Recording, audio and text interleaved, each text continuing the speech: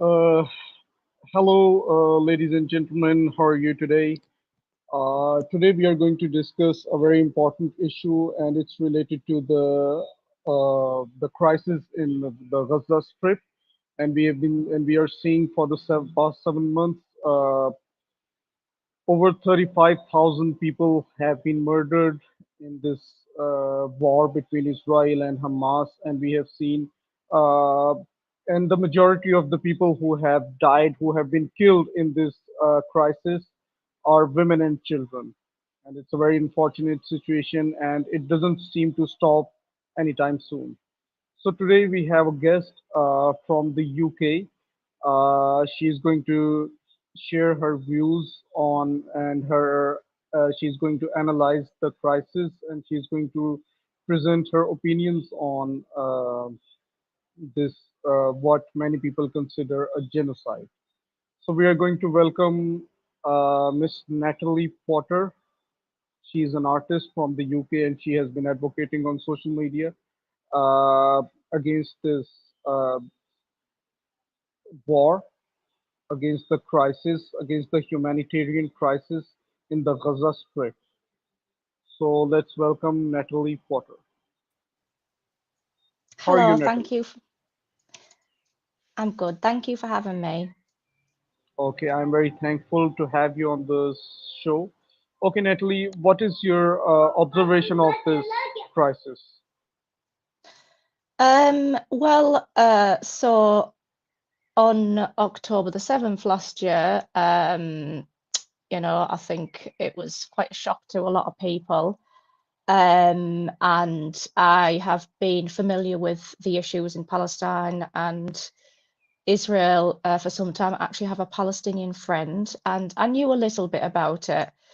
And I know that there's been different flare-ups of conflicts, obviously, over the last 76 years. I know it's complicated, but I think this one it just seemed different because with social media we can see a lot of graphic footage and a lot of things. We can do a lot more research for ourselves and understand about what's going on more. And so I tried to do my own research into what happened. So there was the mainstream media narrative, which I think a lot of people bought into, and I listened to what was being said, but the fact that Israel wouldn't allow an independent investigation into what happened on October 7th, and there was a lot of claims made about what happened.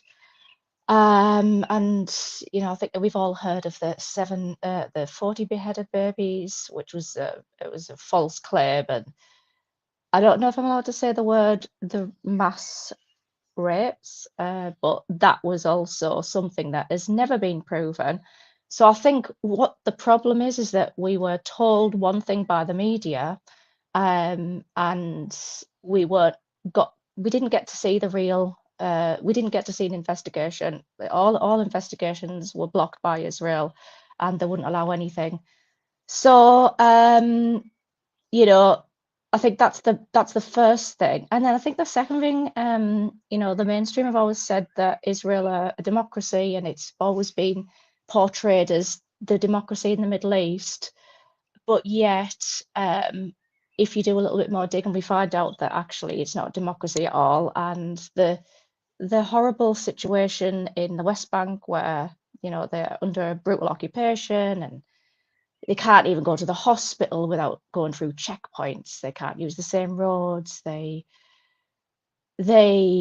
just have no human rights. And the fact that it's an apartheid state, Israel, it's classified as an apartheid state under international law. That's another thing, which a lot of people don't know.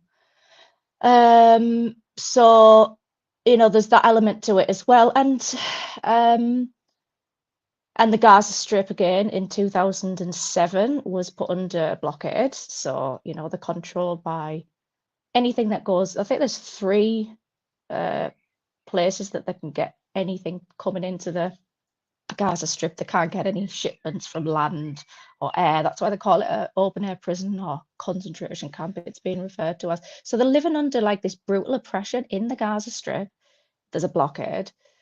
And then in the West Bank, they're under a brutal occupation, and they have the most awful policies, like the shoot to kill policy, where um, you've got Israeli soldiers who literally shoot children for maybe throwing a rock or maybe not throwing a rock, and they'll shoot them and kill them, and there'll be no legal recourse for the parents. They can't, you know, take it to court and say, well, you know, my child's been murdered. This is one of their policies that they, you know, the statistics are there if you look deep enough on the humanitarian websites, you know, Amnesty International and the UN Office of Human Rights. You can find the statistics of how many children are murdered and orphaned and maimed every single year by Israel.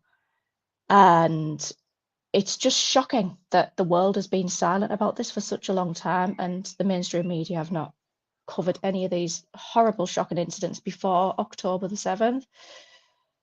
So we've just been told that it all started on October 7th, but obviously that is not the way it is.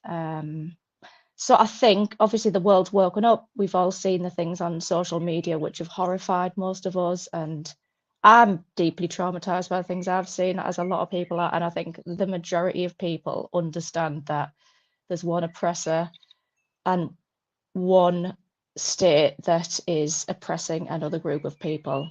I mean, even the Palestinian Arabs in Israel, they don't have the same human rights. They don't have any legal rights. They don't have the same rights at all. So even that in itself, it's just this Zionist state that has one rule for one set of people, and another group of people are just, you know, denied any rights at all. And that is just not compatible with modern civilization. It's not compatible with the first world countries, democracy. So I think that's why, like, most people now are against what's happening, and also seeing the horrible visuals that we're seeing. We're really quite disturbed about the visuals as well, because I think once upon a time we didn't get to see all of the things that were actually happening. We just heard about it maybe in the mainstream. So I think it's very much out in the open now. So yeah.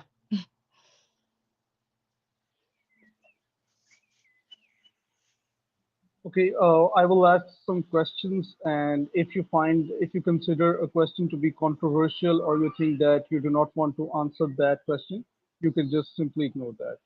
Now, what do you consider the state of Israel? I mean, what do you think is its status for what the Israelis have been doing for the past 76 years?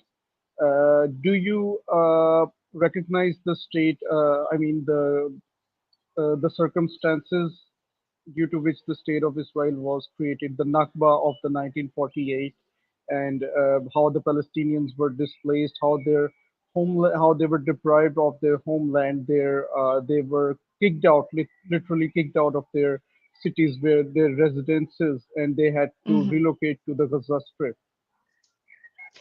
Yeah. You know, I think there's a dreadful idea of the British to be involving themselves, and I did read about that. I just think that I feel like the British public and maybe the American public just didn't know about this history. We've never taught about any of this stuff, and so I've been digging for the last 7 months, and I think, yeah, the Nakba. I mean, that was the first great ethnic cleanse of Palestine. It's just been taken over. I mean, if you look back, I think it was the Ben Gurion was the first president of Israel who would basically said, you know, let's just kick them out. And, you know, you got some in Jordan and some in different places where they were kicked out to, and the ones that they couldn't get rid of, which is a horrible thing to say, but they put them in the Gaza Strip, and that's kind of always been a problem for Israel. And yeah, that was, it's horrific. It's been going on for 76 years. Um, and the fact that, you know, you've got some, you know, the right to return as a refugee is a human right law, the right to return. And again, you've got the refugees in the Gaza Strip who were kicked out. Some of them are still alive, and they can't go back. They're just stuck down in Gaza. They don't have any rights of return. But some Jew who was born in Brooklyn, was born in America, and isn't even, wasn't even born in Palestine, and they can just go and take a home from a Palestinian family in the West Bank, and the house will be bulldozed, or they could just steal the land. And it's just something that has shocked me. So it's the fact that, yeah, they just have no rights at all. But yeah, it's been going a long time. And if you look at the map of Palestine, obviously you can see over the years it's just shrinking. Palestine is shrinking and Israel is taking over. So if you just go off that in itself, it's sort of pretty obvious what's happening, really. But then, you look into it and you see the horrors, the murders, the trauma that these people have had to go through over the years. And, there's a lot of people that say, Hamas are terrorists and things like that. And I think that's been a big problem that people don't seem to understand, that a lot of these people who are resistance fighters, or what the label terrorist organization, a lot of these people have not had an awful lot of choice. So I watched a documentary recently on YouTube. I think it was on YouTube, and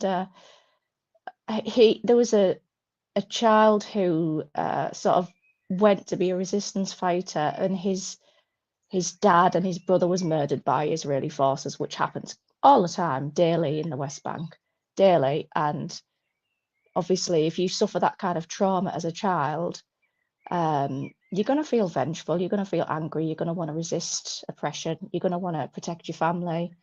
And his mother was like basically really upset that he'd done that. But at the same time, you can understand why these people do turn to become resistance fighters. So I think that's another element of it. It's understanding why the conflict happened and why October 7th happened.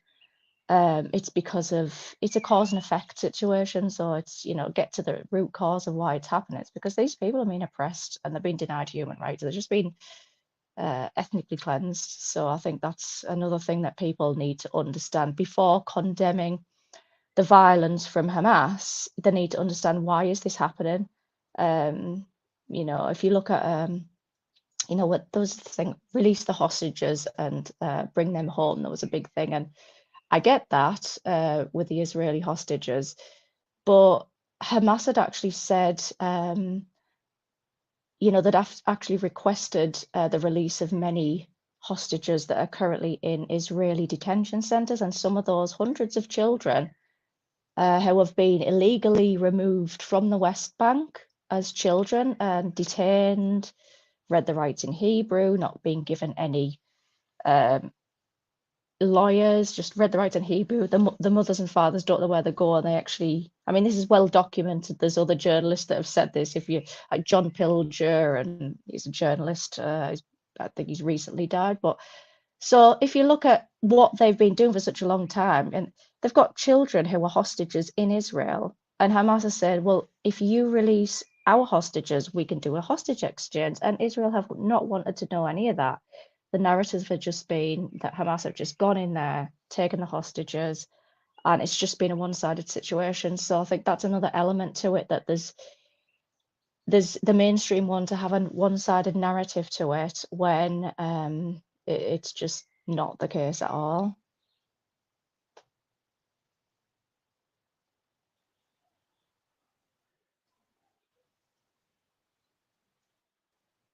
Okay, you just said that this crisis has been taking place for the past 76 years, and the root cause of the attacks that occurred on October 7th was that,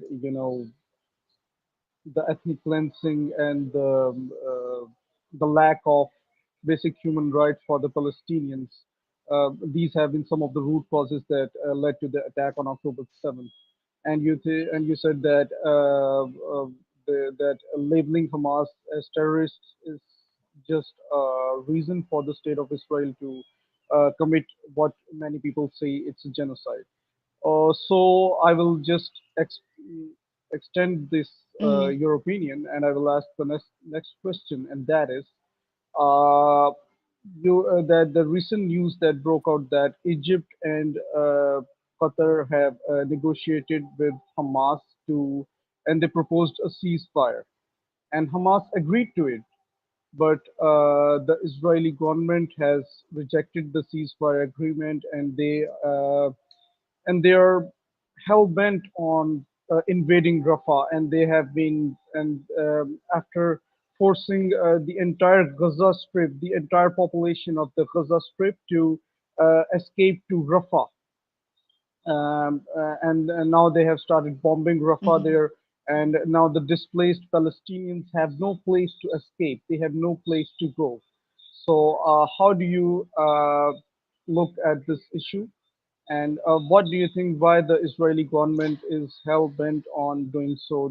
They are hell bent on invading Rafah, and the displaced Palestinians have no place to go. They have no place to survive. They have no place to escape the attacks.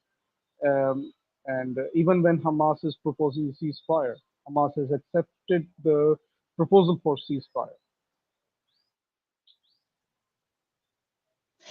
Absolutely. That's another thing that you won't hear on the mainstream. They have their own little narratives. So yes, but I think most of us who've been keeping informed about this know that it was never about really the hostages. You know, for example, they were stopping humanitarian aid getting in, which, that's putting the hostages in danger, carpet bombing, that's putting the hostages in danger. So I knew that it was never about the hostages. Netanyahu already had issues. He just wants to stay in power, and prolonging the war is in his interests. And he's a madman. He wants to do what he wants to do. So I think that, I mean, it's the USA have said that we're not going to provide any more arms. I think it's too late for that because they've probably already got enough bombs to make damage in Rafah. I hope they don't. I mean, it's something that I think about, that they don't. But yeah, it's not about the hostages, and like most people that are paying attention know that it never really has been about the hostages. I mean, a lot of them have died. I think there was an elderly lady or two elderly ladies, and there's been children that Hamas have said, will release, and there's been a refusal by the Israeli government. If you look at Tel Aviv, I'm actually connected to an Israeli who's protesting for complete ceasefire uh, because they want, there's good Israeli people too that want to end the bloodshed for both the Palestinian people and also, for the hostages.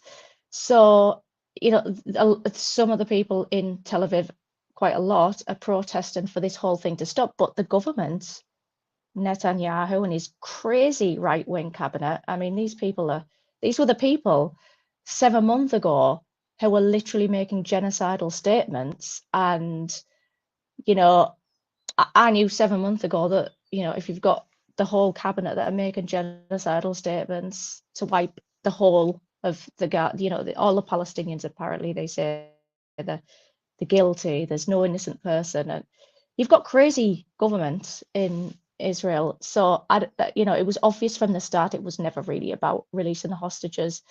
So I don't know what to think. I mean, I don't know what to think because now, obviously, the USA have said they're going to stop the shipments of bombs, but they are still providing certain arms to Israel still. So even though they're not sending the 200-pound dumb bombs, they're still providing other assistance. I don't remember exactly what it is, but they still do give them some other support, which I think is absolutely appalling. Obviously, my own government, really upset with my own government for still providing arms and technology.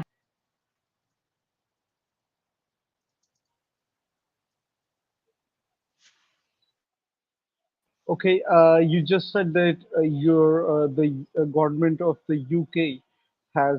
You just mentioned what the role of your own government has in this war, in this how they are reacting and how they are supporting Israel in this war with Hamas and all the attacks on the Gaza Strip. We all know, the entire world knows the political stance of the UK in this war. But how is the population reacting? How are the civilians of the UK reacting? What what is, I mean, you just discussed this with people in the UK. You just observed that. I mean, if there are any mass demonstrations or anything else, on how the people of UK are reacting to Well, I think there's a lot of mass demonstrations, particularly in the cities like Manchester and London.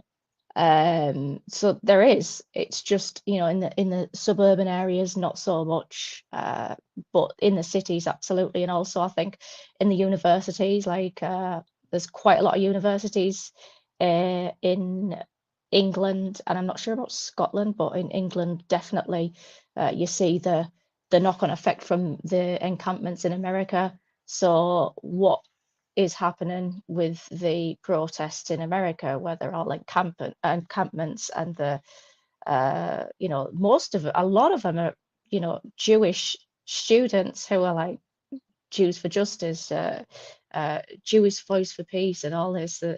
It's just not Zionists. So a lot of these people are organising these encampments at the universities, because a lot of the universities they have investments in Israel, and they're protesting that. And obviously, I don't know if how many people have seen the brute force from the police and the establishment in America that are cracking down on the protesters. Every peaceful protest, First Amendment right in America, and they're cracking down on them brutally.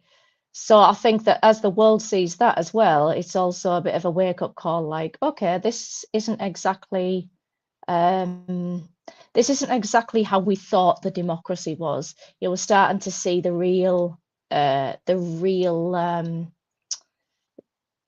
evil behind the facade of the democracy, and we're starting to see the true nature of the beast. And then we find out a lot of the police actually have trained with the Israeli government and the Israeli IDF, and it's a really dark rabbit hole to go into. But the good news is that you have these bright, young, innovative, passionate people who are against, the corruption, and you see that also reflected over in England, and that that gives me some sort of hope, because these people are on TikTok and all the social media, so they can absorb more data, and they understand what's going on more. I think a lot of some of the older generation or people are busy with their lives, they just watch the mainstream, and they're not really well informed about what's going on and how that works. But I do think that the younger generation, particularly, are going to change. They're not going to let go of this. I absolutely know they're not going to let go of this. They're going to double down on what they believe in. So I don't think the future is with the state of Israel the way it is with Zionism and the corruption. And they've paid off all the politicians as well. If the left and the right here are both funded by the Zionist lobbies. So you've got the two main parties, just like in America, Labour Friends of Israel and Conservative Friends of Israel. And, it's the corruption in government now. So we need to vote differently. We need new representatives, people who represent the interests of the public as a democracy, not politicians who represent a foreign state who are an apartheid state and a genocidal state currently. But they were never really a legitimate state. It was just, I think that the world's seen a different side to our so-called democracy at the moment. So yeah.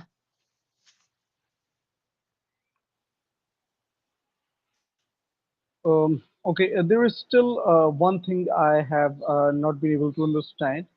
Uh, what is the opinion of the majority of the population of the UK? Do they support Israel? Do they support Palestine? Or are the opinions divided within the population? I actually don't know. I really don't know. I don't know what the statistics are on opinion. I don't think there's been a poll, so I really don't know about that. Um,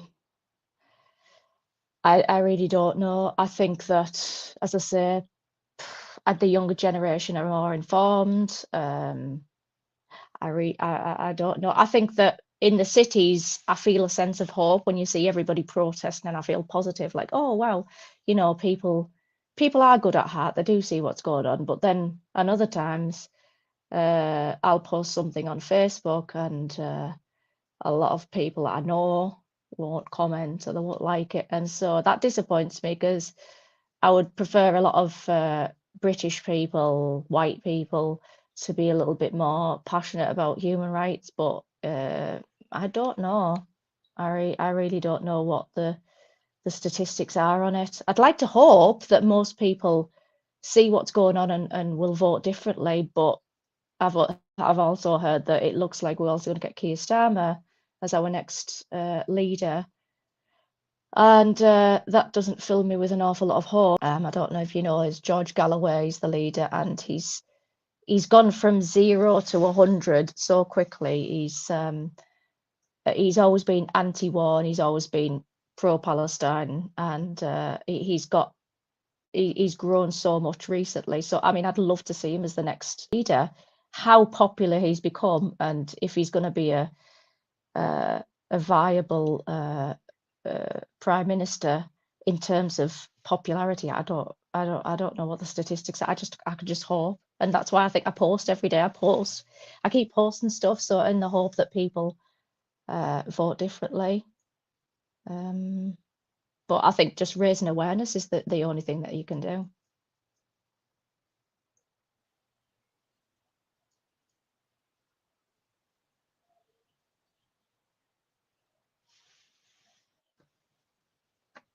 Okay, Natalie, the questions are finished on my part. I believe that your message the people have seen your message, they have listened to what you're saying, and they have understood that very well.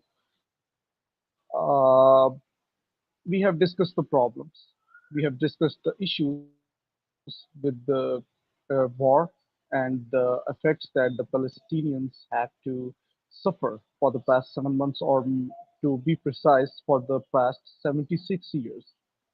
Now, what do you think should be the solution to this crisis, to this, not just the war, but the current issue, the current scenario that they have been facing for the past 75 years, 76 years?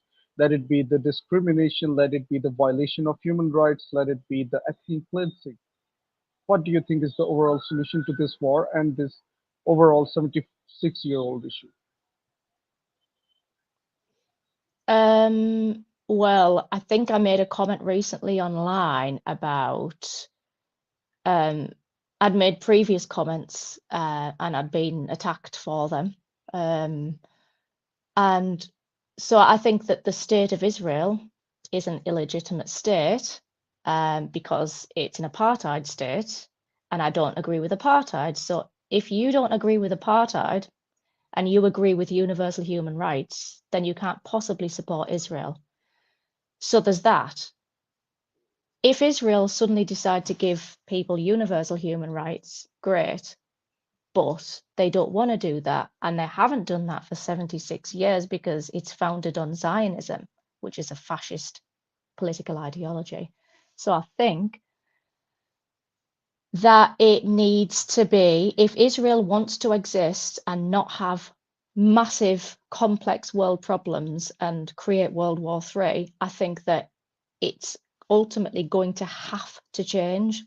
Otherwise, you're going to see, you know, more protests, you're just going to see more and more conflict. There's just going to be either indefinite conflict or the ideal solution. I don't know how you would exactly get there, but the ideal solution would be to have a government in Israel that gave everybody equal rights, end the occupation, stop the occupation in the West Bank, give the people in the give the people in the West Bank all of the human rights, give them the land, give them all of their land back, give them the homes, stop mistreating them, give them human rights, and then in the Gaza Strip, stop the blockade, allow them to be independent, and if the Israeli government respected the people in Gaza, which Netanyahu was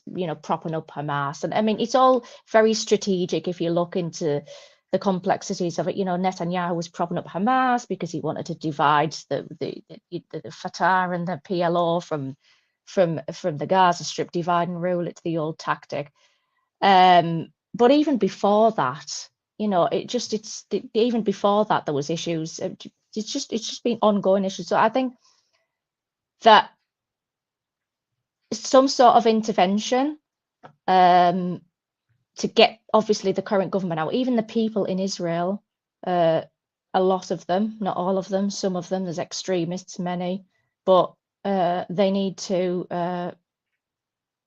overthrow the government. I don't know how it's going to be overthrown. I don't know why my government is still supporting this disgusting entity, which it currently is. Um, but it does need to change. It has to change. Ultimately, I think the only thing that will change is pressure, political pressure, protests, boycotting, divestment. Those will be the only things that change, like in South Africa.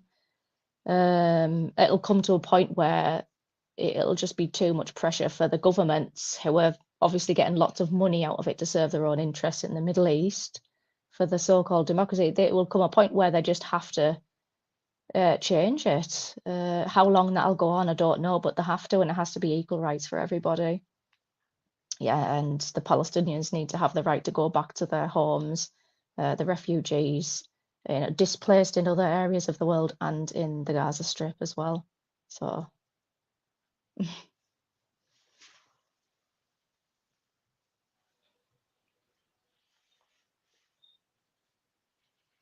Okay, Natalie, I am very, very thankful to you for your precious time and your opinions on this entire crisis, on this entire issue. I'm also thankful to the viewers for their time, for watching this video and listening to this conversation. And I'm hopeful that you will join us again for future discussions. I'm very, very thankful for your time. Thank you. And so yes, I'm sorry, your voice was breaking. no, I was just saying Okay, thank you for your time too. okay, thank you, Natalie, and thank you to all the viewers. Thank you, and let's hope that the situation in the Gaza Strip gets better. In fact, all the parts of the world where people are subjected to genocide, violation of human rights, uh, just we should just hope that they get a better life, and the world becomes a Mhm. place, a peaceful place to live. Thank you for your time. Bye bye. Absolutely. Thank you. Bye.